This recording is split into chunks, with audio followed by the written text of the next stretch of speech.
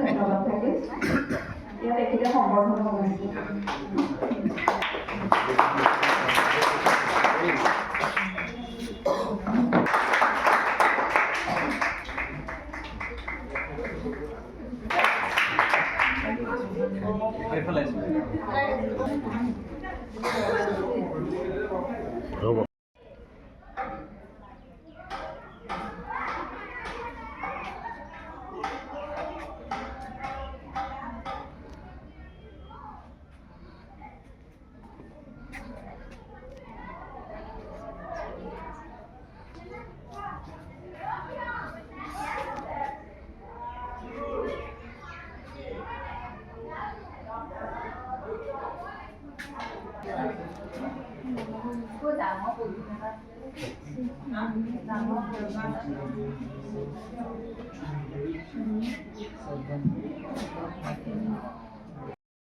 কথা আনৰ আগত বেয়াকৈ কৈ ইটিঙালি কৰে তেওঁলোকৰ ল'ৰা ছোৱালীকেইটাকে মই বিচাৰিম আৰু পালোঁ দিলেও ইয়াৰ লগে লগে দেখিলোঁ যে পৰিৱেশটো কিছু নহয় কিছু উন্নত হৈ আহিল প্ৰথমবাৰ কেইটামান আহিল তাৰ পিছৰবাৰ কিন্তু আশা কৰা ধৰণে ল'ৰা ছোৱালী আহিল আৰু আশা কৰিছোঁ ভৱিষ্যতলৈ বিদ্যালয়ে এই ছাত্ৰ ছাত্ৰীৰ সুখটো বন্ধ হৈ নাযাব মই যিটো অনুমান কৰিছোঁ কাৰণ বিদ্যালয়খনৰ এতিয়া যিখিনি শিক্ষক শিক্ষয়িত্ৰী আছে যথেষ্ট কৰ্মমুখী আৰু ছাত্ৰ ছাত্ৰীক দিবলৈ কোনো কৃপণালি নকৰে এইটো এটা ভাল মই যি দুবছৰ মানুহ নোযোৱা হৈ গ'ল পিছত কামাণ্ডাৰজনে আহি ইয়াক কাৰণ বিচাৰিলে যে কিয় নাযায় তাত ৰাতি মানুহ ওলাবলৈ ভয় কৰা হ'ল তাত তাৰপিছত কাৰণটো যেতিয়া পালে যে প্ৰকৃততে হয় নেকি ঘটনাটো কাহিনীবোৰ সত্য কিন্তু তাৰ কলেপখিনি মই নিজাকৈ দিয়া তাৰপিছতে সেই বিচনা ভাঙি উৰাইহে দিলে কিন্তু এতিয়াও তাত সেই কাণ্ডবোৰ ঘটিয়েই থাকে এতিয়াও তালৈ গ'লে ভয় কৰে মানুহে যি জানে সি কেতিয়াও সেই বেগটোত নাযায় এতিয়াও তেনেকুৱা কিছুমান ঘটনা ঘটিছে কিন্তু এই দুখৰ বিষয়ে মোৰ সকলোবোৰ হেৰাই গ'ল গল্প প্ৰতিযোগিতাত অসমৰ ভিতৰতে প্ৰথম হ'লোঁ ভূপেন হাজৰিকাই পুৰস্কাৰ দিব দুৰ্ভাগ্য মোৰে আগদিনা মিটিংখন হৈ গ'ল পিছদিনা আহিহে মই লেটাৰখন পাইছোঁ গতিকে তাত উপস্থিত হ'বগৈ মই নোৱাৰিলোঁ এনেকুৱা বহু গল্প গৈছে পেপাৰটো দুই এটা গল্প ওলাই গ'ল কিন্তু সেইবোৰ সংৰক্ষণৰ অভাৱত জহি কহি গ'ল আৰু কাকতীয়াভাৱে মই ভাতৃপ্ৰতিম বিজ্ঞান বৰ্ডলৈ লগ পোৱাৰ পাছতে মই এটা সিদ্ধান্ত ল'লোঁ যে এখন গ্ৰন্থ উলিয়াব পৰা হৈছোঁ তেওঁক ক'লোঁ ঘটনাটো এনেকুৱা কি কৰা বোলে মই উলিয়াই দিবা আপুনি ঠিক কৰক বস্তুখিনি দি দিলোঁ আৰু এই ক্ষেত্ৰত অকণমান সহযোগো কৰিলে বিনয় হাজৰিকাদেৱে ল'ৰাজন আছে তেওঁৰ পৰাই মই ল'ৰাজন টানি অনা দি আনিছোঁ তেখেতৰ পৰা ল'ৰাজন বহু কষ্ট গ'ল মই সদায় যাওঁ তেখেতৰ ঘৰত সোমাবলৈ কিবা কাম থাকিলে তেখেতকে দিওঁ গতিকে তেখেতৰ অলপ অৰিহণা আছে ইয়াৰ ক্ষেত্ৰত মই অস্বীকাৰ নকৰোঁ আৰু গ্ৰন্থখনে প্ৰকাশৰ মুখ দেখাৰ পৰা এতিয়ালৈকে ৰাইজৰ সমাজৰ ভালেই পাইছোঁ আগলৈ লেখাৰ এটা প্ৰেৰণা পাইছোঁ গতিকে এনেকুৱাকৈ মই ভাবিছোঁ যে বহুতে লেখে আমাৰ ৰিঞ্জু বাইদেৱেও লেখে গীতাঞ্জলি কিন্তু মই বাইদেউৰ পৰা কোনোদিনেই নাপালোঁ মই চিৰতে গীত তাৰপিছতে মই ইয়াত কৰ্মজীৱন আৰম্ভ কৰিলোঁ আহিলোঁ তাৰ আগৰছোৱা বিদ্যালয়ৰ কথা মই নকওঁ আৰু মই অহাৰ পিছৰ পৰা বিদ্যালয়খনৰ সুনাম এটা আহি আছে দুনাম আগতে যি হৈ গ'ল আৰু সেইবোৰ আমি নকওঁ তাৰ পিছৰ পৰাই মই একাগ্ৰচিতে লাগি গ'লোঁ লগাৰ ফলতেই এইটো ৰিজাল্টো অলপ ভাল হৈ আহিল ক্ৰমে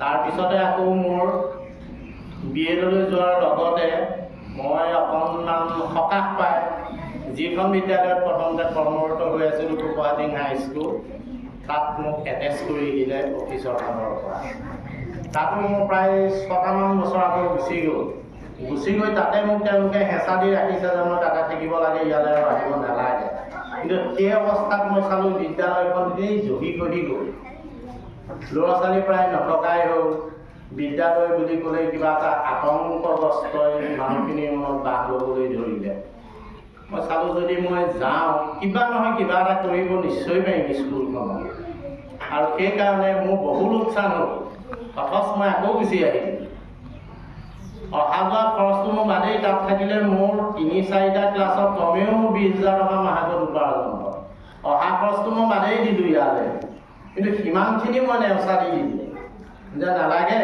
মই য'ত মই প্ৰতিষ্ঠা হৈছিলোঁ সেই স্কুলখনৰ এই দুৰৱস্থাটো মই সহ্য কৰিব নোৱাৰোঁ। আহিলোঁ, আহি পাই কাৰ্যভাৰ ল'লোঁ, লৈয়ে মই এটা কথা চালোঁ যে ওচৰৰ অঞ্চলৰ মানুহবিলাকৰ মনোভাৱটো অতিশয় বেয়া বিদ্যালয়খনৰ। প্ৰথম সেই ভাৱধাৰাটো এৰুৱাব লাগিব আৰু মই সোমাই কৰিলোঁ কামত। যিকেইজন মানুহ ইয়াৰ অলপ সবল, কথা ক'লে দুই একে শুনে, বিদ্যালয়খনৰ প্ৰতি তেওঁলোকে যদি কুটু মন্তব্য কৰে সকলোৱে সেইটোৱেই ধৰি লয়, তেনেকুৱা 2-4জনৰ মানুহৰ ওচৰলৈ গৈ পৰামৰ্শ লৈ তেওঁলোকৰ ল'ৰা ছোৱালীকে স্কুলত প্ৰথম দিবলৈ মই চেষ্টা কৰিলোঁ আৰু সফলো হ'লোঁ সেইটো ক্ষেত্ৰত। তেওঁলোকে যেতিয়া দি দিলে, যিকেইজনে মুখ বজাই বিদ্যালয়খনৰ কথা আনৰ আগত বেয়াকৈ কৈ ইটিঙালি কৰে, তেওঁলোকৰ ল'ৰা ছোৱালীকেইটাকে মই বিচাৰিলোঁ। জোকাৰণি উঠিছিল, সেই ব্ৰেকটোলৈ মানুহ নেযোৱা হৈ গ'ল। পিছত কামাণ্ডাৰজনে আহি ইয়াক কাৰণ বিচাৰিলে যে কিয় নাযায় তাত, ৰাতি মানুহ ওলাবলৈ ভয় কৰা হ'ল তাত। তাৰপিছত কাৰণটো যেতিয়া পালে যে প্ৰকৃততে হয় নেকি ঘটনাটো, কাহিনীবোৰ সত্য, কিন্তু তাৰ প্ৰলেপখিনি মই নিজাকে দিয়া। তাৰপিছতে সেই বিচনা ভাঙি উৰাইহে দিলে, কিন্তু এতিয়াও তাত সেই কাণ্ডবোৰ ঘটিয়েই থাকে। এতিয়াও তালৈ গ'লে ভয় কৰে মানুহ। যি জানে সি কেতিয়াও সেই ব্ৰেকটোত নাযায়। এতিয়াও তেনেকুৱা কিছুমান ঘটনা ঘটিছে, কিন্তু এই দুখৰ বিষয়ে মোৰ সকলোবোৰ হেৰাই গ'ল। গল্প প্ৰতিযোগিতাত অসমৰ ভিতৰতে প্ৰথম হ'লোঁ। ভূপেন হাজৰিকাই পুৰস্কাৰ দিব, দুৰ্ভাগ্য মোৰে আগদিনা মিটিংখন হৈ গ'ল, পিছদিনা আহিহে মই লেটাৰখন পাইছোঁ। গতিকে তাত উপস্থিত হ'বলৈ মই নোৱাৰিলোঁ। এনেকুৱা বহু গল্প গৈছে, পেপাৰটো 2-এটা গল্প ওলাই গ'ল, কিন্তু সেইবোৰ সংৰক্ষণৰ অভাৱত জহি কহি গ'ল। আৰু কাকতলীয়ভাৱে মোৰ ভাতৃপ্ৰতিম বিদ্যান বৰদলৈ লগ পোৱাৰ পাছতে মই এটা সিদ্ধান্ত ল'লোঁ যে এখন গ্ৰন্থ উলিয়াব পৰা হৈছোঁ। তেওঁক ক'লোঁ ঘটনাটো এনেকুৱা কি কৰা, বোলে মই উলিয়াই দিম, আপুনি ঠিক কৰক। বস্তুখিনি দি দিলোঁ আৰু এই ক্ষেত্ৰত অকণমান সহযোগো কৰিলে বিনয় হাজৰিকাদেৱে, ল'ৰাজন আছে, তেওঁৰ পৰাই মই ল'ৰাজন টানি অনা দি আনিছোঁ তেখেতৰ পৰা ল'ৰাজন। বহু কষ্ট গ'ল, মই সদায় যাওঁ তেখেতৰ ঘৰত সোমাওঁগৈ, কিবা কাম থাকিলে তেখেতকে দিম। গতিকে তেখেতৰ অলপ অৰিহণা আছে, ইয়াৰ ক্ষেত্ৰত মই অস্বীকাৰ নকৰোঁ। আৰু গ্ৰন্থখনে প্ৰকাশৰ মুখ দেখাৰ পৰা এতিয়ালৈকে ৰাইজৰ সমাদৰ ভালেই পাইছোঁ, আগলৈ দেখাৰ এটা প্ৰেৰণা পাইছোঁ। গতিকে তেনেকুৱাকৈ মই ভাবিছোঁ যে বহুতে লেখে, আমাৰ ৰিঞ্জু বাইদেৱেও লেখে, গীতাঞ্জলি বাইদেৱেও লেখে, এনেকুৱা বহুত, গীতাঞ্জলি বাইদেৱেও ভাল কবিতা আছে, কিন্তু প্ৰকাশৰ মুখ নেদেখি সেইবোৰ হেৰাই গৈছে। মই ভাবোঁ আমাৰ বিদ্যান বৰদলৈহঁতৰ নিচিনা মানুহৰ সংস্পৰ্শলৈ গ'লে সেইবোৰ এদিন প্ৰকাশৰ মুখ দেখিব। গতিকে সময়হে আহিল, মই বহু দীঘলীয়াকৈ নকওঁ। মোৰ এই বিদ্যালয়ত থকা অভিজ্ঞতা পুষ্টৰে মই এটা গল্পও লিখি থৈছোঁ, আৰু যিটো গল্প লিখিলোঁ এতিয়া বাস্তৱত সেইটোৱেই হ'বলৈ গৈ আছে। বিদ্যালয়খন দেখি মোৰ ভাল লাগিছে, অলপ জীপাল হৈ আহি আছে। ভাবোঁ এই মোৰ গল্পৰ সফলতাটোতে বিদ্যালয়খন সফলতা আনিব। আৰু ইতিমধ্যে এটা বিল্ডিং, আমি লাইব্ৰেৰী, লেবৰেটৰী দুটা হয়নে, ইতিমধ্যে কাম আৰম্ভ হৈছে। আৰু NIL লগতো আমি অতি সক্ৰিয়ভাৱে যোগাযোগ কৰি আছোঁ, কিন্তু তেখেতসকলৰ অফিচাৰবিলাক অদল বদল হোৱাৰ গতিকে হয়তো আমাৰ ফালটো ক'ৰবাত সোমাই গৈছে। থাকি আহিলে, অহাৰ কাৰণে বহু সংগ্ৰামৰ অন্তত মীৰা বাইদেৱে মোক ইয়ালৈ লৈ আহিলে। আৰু মীৰা বাইদেউক পাই ময়ো অন্তত সুখী হৈছিলোঁ যে মোৰ দূৰত্বটো চাই বাইদেৱে মোক বহু কথাত এৰা ধেৰা কৰি দিছিল। অন্য প্ৰধান শিক্ষক শিক্ষয়িত্ৰীসকলে যিটো টিপা মাৰি ধৰে সহকৰ্মীসকলক, সেইটো মই বাইদেউৰ পৰা কোনোদিনেই নাপালোঁ। এইটো মই চিৰকৃতজ্ঞ। তাৰপিছতে মই ইয়াত কৰ্মজীৱন আৰম্ভ কৰিলোঁ, আহিলোঁ। তাৰ আগৰছোৱা বিদ্যালয়ৰ কথা মই নকওঁ আৰু। মই অহাৰ পিছৰ পৰা বিদ্যালয়খনৰ সুনাম এটা আহি আছে, দুনাম আগতে যি হৈ গ'ল আৰু সেইবোৰ আমি নকওঁ। তাৰ পিছৰ পৰাই মই একাগ্ৰচিতে লাগি গ'লোঁ, লগাৰ ফলতেই এইটো ৰিজাল্টো অলপ ভাল হৈ আহিল ক্ৰমে। তাৰপিছতে আকৌ মোৰ BEdলৈ যোৱাৰ লগতে মই অকণমান সকাহ পাই যিখন বিদ্যালয়ত প্ৰথমতে কৰ্মৰত হৈ আছিলোঁ, কোকহাটিং হাইস্কুল, তাত মোক এটেচ কৰি দিলে অফিচৰ ফালৰ পৰা। তাতো মোৰ প্ৰায় 6টামান বছৰ আগত গুচি গৈ তাতে মোক তেওঁলোকে হেঁচা দি ৰাখিছে যে মই তাতে থাকিব লাগে, ইয়ালৈ আৰু আহিব নালাগে। কিন্তু সেই অৱস্থাত মই চালোঁ বিদ্যালয়খন এই জহি খহি গ'ল, ল'ৰা ছোৱালী প্ৰায় নথকাই হ'ল। বিদ্যালয় বুলি ক'লে কিবা এটা আতংকগ্ৰস্তই মানুহখিনিৰ মনত বাস ল'বলৈ ধৰিলে। মই চালোঁ যদি মই যাওঁ কিবা নহয় কিবা এটা কৰিব নিশ্চয় পাৰিম স্কুলখনত, আৰু সেইকাৰণে মোৰ বহু লোকচান হ'ল। অথচ মই আকৌ গুচি আহিলোঁ। অহা যোৱা খৰচটো মোৰ বাদেই, তাত থাকিলে মোৰ 3-4টা ক্লাছত কমেও মোৰ 20,000 টকা মাহেকত উপাৰ্জন হয়। অহা খৰচটো মই বাদেই দিলোঁ ইয়ালৈ, কিন্তু সিমানখিনি মই নেওচা দি দিলোঁ যে নালাগে, মই য'ত কটোৱা সময়বিলাক আমাৰ বাবে সদায় মধুৰ আৰু স্মৰণীয় হৈ ৰ'ব।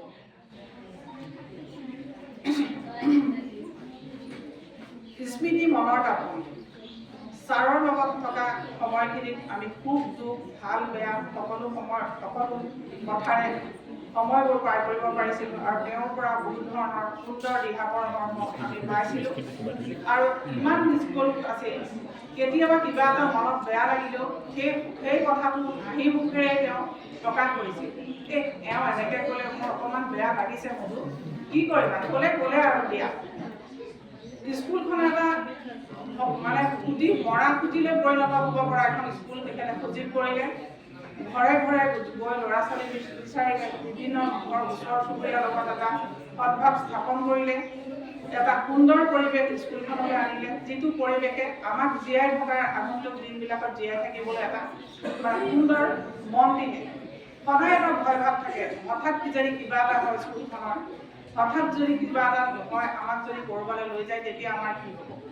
কিন্তু ছাৰ অহাৰ পাছত স্কুলখনে প্ৰাণ পালে, আৰু সেইটোতো হয়েই বাৰু। তাৰ মাজতো তেখেতৰ যি চিন্তা চৰ্চা, তেওঁৰ যি অধ্যয়ন বিভাগৰ মন, তেখেতৰ যি লিখনি, সেইবিলাকে আমাক বহুত অনুপ্ৰাণিত কৰিছে। আনৰ কথা মই নাজানো, তেখেতৰ পৰা মই বহুত অনুপ্ৰেৰণা পাইছোঁ। তেখেতৰ যি লিখনি, যি প্ৰকাশভংগী, সেই কথাই মোক অনুপ্ৰাণিত কৰিছে। তেওঁ লিখা কিতাপখনৰ 2টা সংস্কৰণ ওলালে, সেইটো হ'ল প্ৰথমটো মই পঢ়িছোঁ, দ্বিতীয়টো মই সম্পূৰ্ণকৈ হোৱাগৈ নাই, কিন্তু ইমান ধুনীয়া এটা ছবি কিতাপখনৰ মাজত মানে প্ৰতিফলিত হৈছে। যিটো ছবি এটা গল্প পঢ়াৰ পিছত এনেকুৱা লাগে যে সেই ছবিটো যেন মুখৰ আগত ভাঙি আছে। কেতিয়াও কাকো খং কৰিব নজনা সৰল মনৰ এই ব্যক্তিজনৰ আজি বিদায়খনত সঁচাকৈ বহুত বেয়া লাগিছে। আৰু তেওঁৰ কৰ্মৰ জীৱনত যদি কিবা সময়খিনি লগ পোৱাৰ সময়খিনিত যদি তেখেতক কিবা যদি মনত দুখ দিছিলোঁ, তাৰ কাৰণে আজি মই ক্ষমা বিচাৰিছোঁ ইয়াত। আৰু তেখেতৰ ভৱিষ্যত উজ্জ্বল হওক, আৰু তেওঁ যি লিখনি, সেই লিখনি আৰু প্ৰাণপায়িত হওক, সমাজত আদৰ পাওক, পৰিয়ালবৰ্গৰ সুখ শান্তি। পোনপ্ৰথমে মই আজি এই সভাত সকলো উপস্থিত থকাৰ বাবে মোৰ আন্তৰিক সেৱা জনালোঁ।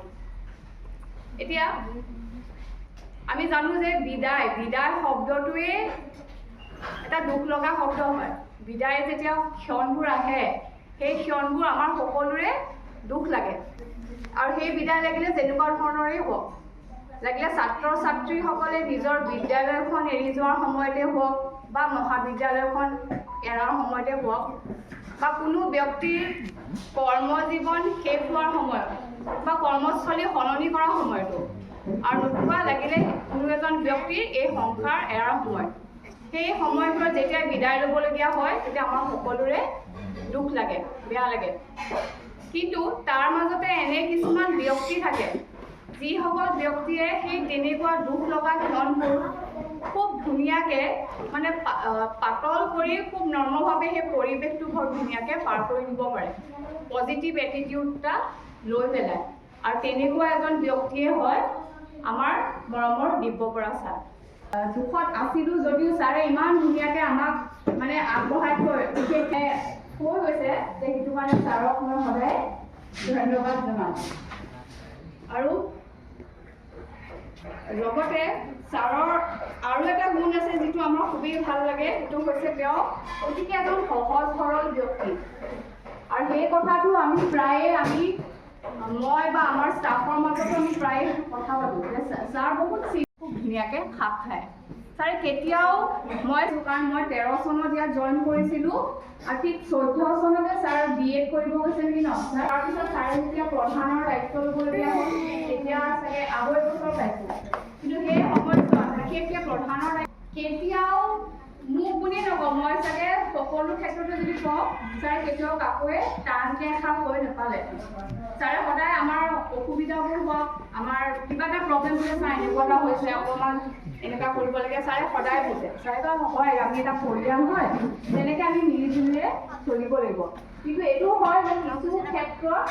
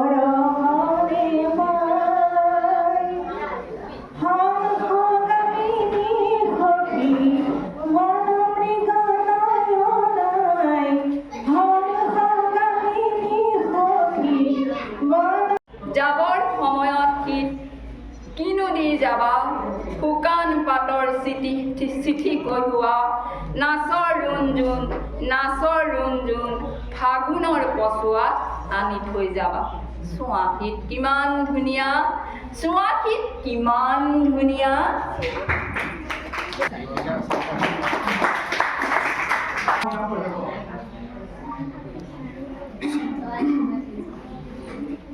স্মৃতি মনৰ কাপোৰ ছাৰৰ লগত থকা সময়খিনিত আমি খুব দুখ ভাল বেয়া সকলো কথাৰে সময়বোৰ পাৰ কৰিব পাৰিছিলোঁ আৰু তেওঁৰ পৰা বহুত ধৰণৰ বিদায় প্ৰাৰ্থী শ্ৰীযুত দিব্য বৰা ছাৰৰ সম্বৰ্ধনা জ্ঞাপন অনুষ্ঠানটি মোক আগবঢ়াই নিবলৈ দায়িত্ব দিলে তাকে মই আগবঢ়াই দিবলৈ লৈছোঁ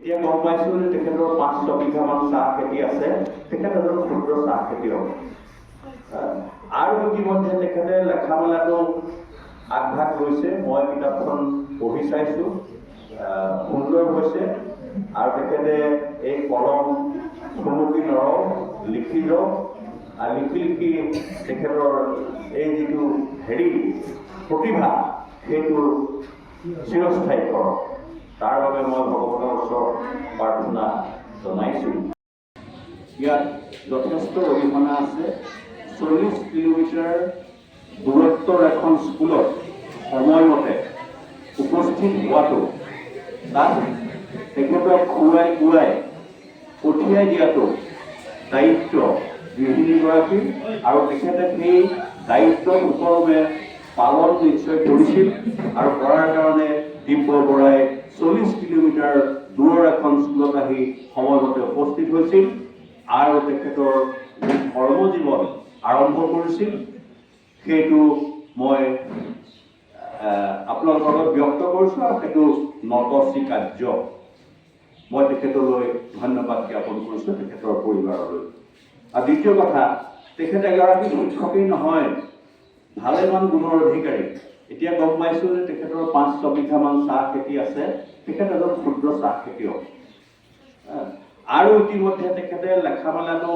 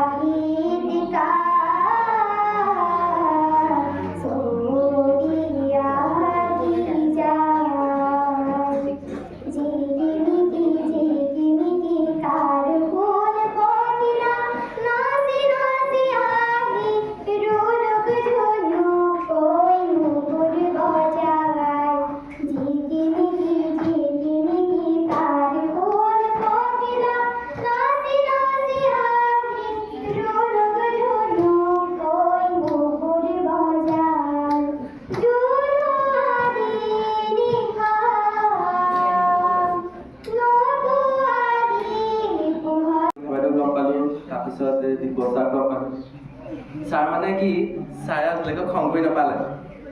ছাৰ মানে কিবা ভুল এটা কৰিলেও হাঁহি পেলাই কৈ দিয়া বোলে এইটো বোলে হেৰি হ'ল আৰু এনেকৈ কৈ দিয়ে। আৰু মানে ছাৰ বহুত ভাল মানুহজন। ছাৰ বিষয়েনো কি ক'ম, এতিয়া বিদায় হ'ব লৈছে। কেইদিনমানৰ পিছত আমাৰো বিদায় হ'ব, আমিও যামগৈ এখন স্কুলৰ পৰা। সেইকাৰণে মানে 3 চনৰ 1 ছেপ্টেম্বৰৰ দিনা আজি বিদায় সভাখন খুবেই ভাল লাগিল। সকলোৱে কৃতজ্ঞতাৰে মোক অভিনন্দন জনাইছে। যি অৰিহণা এই বিদ্যালয়লৈ মই এৰি থৈ গ'লোঁ, সি সদায় সদ্য পুষ্পিত ফুলৰ দৰেই জিলিকি থাকিব। সেইকাৰণে সেই কথা সকলোৰে মুখৰ পৰা শুনিবলৈ পাই মই নিজেই বৰ গৌৰৱান্বিত হৈছোঁ। আপুনি এজন লেখক, এতিয়া লিখা মেলাত সময় দিব নেকি?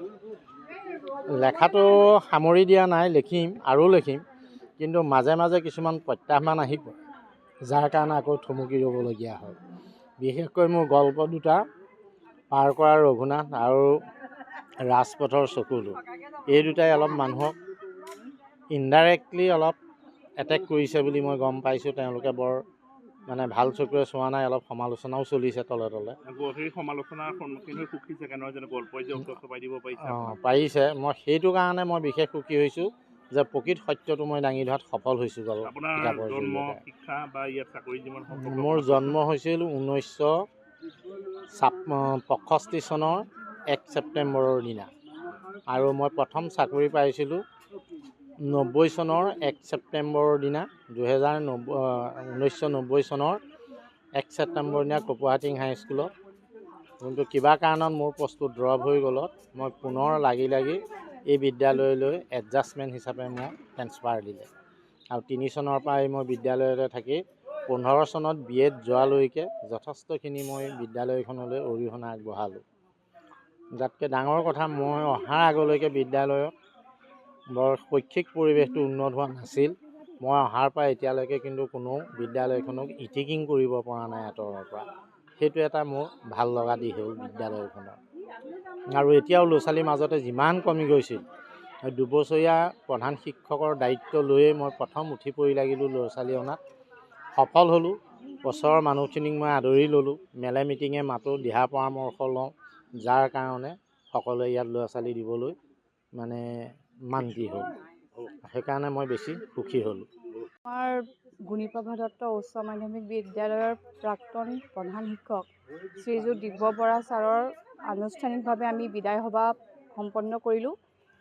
এই অনুষ্ঠান আজি আমাৰ ভালকৈ পাৰ হৈ গ'ল। আমাৰ প্ৰায়খিনি বহুতখিনি আমাৰ অৱসৰপ্ৰাপ্ত শিক্ষক শিক্ষয়িত্ৰীসকলে আজি এই অনুষ্ঠানত ভাগ ল'লেহি। তাৰ বাবে মই সকলোলৈ ধন্যবাদ জনালোঁ।